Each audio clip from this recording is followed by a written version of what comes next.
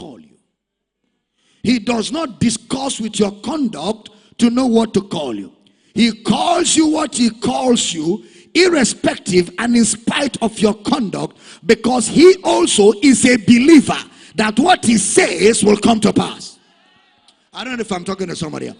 When God looks at you and calls you righteous, he knows that you may be unrighteous.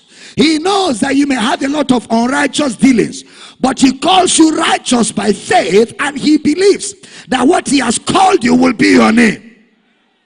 Am I talking to somebody here? He doesn't call you based on your circumstances. He called you based on his faith. He says, Peter, you are a rock. And upon this rock, not Jesus knew that a few minutes after that, Peter would tell him, you cannot die. He knew that he was going to tell Peter, you Satan, get behind me. Yet, he told him, upon this rock. Kabayata. Kabayata. God does not function in time. He functions in the eternal now. You didn't hear that. He functions in the eternal now. And in eternity, every time is now. 5 years from now is now. 5 years before now is now. It is eternal now, no time.